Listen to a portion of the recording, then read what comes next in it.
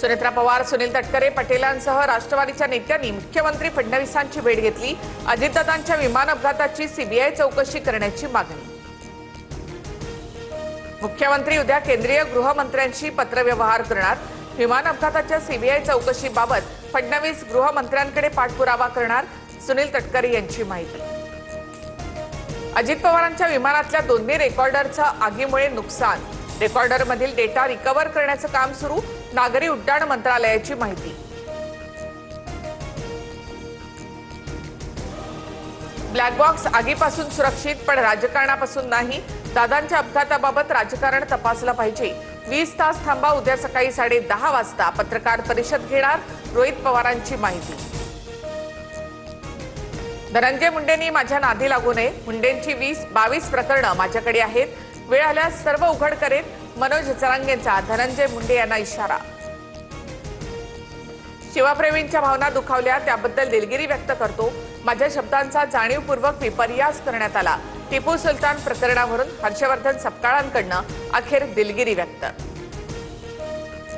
टिपू सुलतान यांचा फोटो संविधानात डॉक्टर बाबासाहेब शिवरायांसह टिपू सुलतानचे देखील फोटो लावणं आवश्यक। मालेगावच्या उपमहापौर शान ए हिंद भूमिकेवर ठाम, तर टिपू सुलतानची आठवण येत असेल तर त्यांना तिकडेच पाठवावं लागेल, नितेश राणे यांची टीका। विलिनीकरणाबद्दल मोबाईलभर पुरावे, दादांसोबत एनडीएमध्ये राहायचं की बाहेर पडायचं हे ठरलं होतं। दोन्ही राष्ट्रवादीच्या विलिनीकरणाबाबत रोहित पवारांचा मोठा दावा।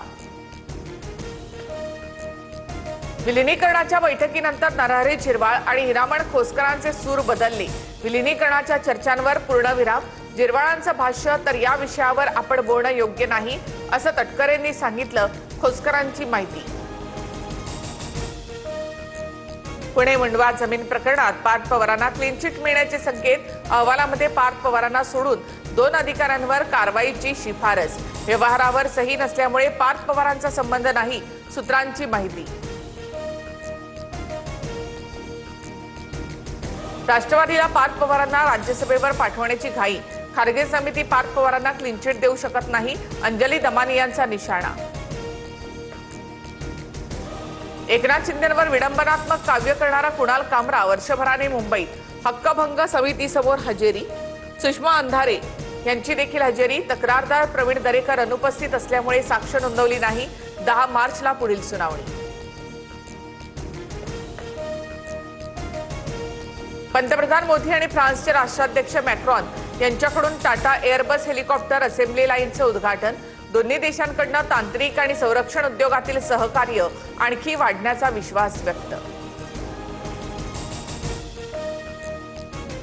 अभिनेता राजपाल यादव तिहार तुरुंगातून बाहेर, चेक बाउन्स प्रकरणामध्ये राजपाल यांना 18 मार्च पर्यंत अंतरिम जामीन, दिल्ली हायकोर्टाकडून पुढील आदेशापर्यंत शिक्षेला स्थगिती। आसाममध्ये T20 वर्ल्ड कप मधून ऑस्ट्रेलिया बाहेर, तर झिम्बाब्वे सुपर 8 मध्ये आयर्लंड विरोधातील मॅच पावसामुळे रद्द झाल्यामुळे 1 पॉइंटचा झिम्बाब्वेला फायदा, सलग 2 पराभवांमुळे ऑस्ट्रेलियाला घरचा रस्ता।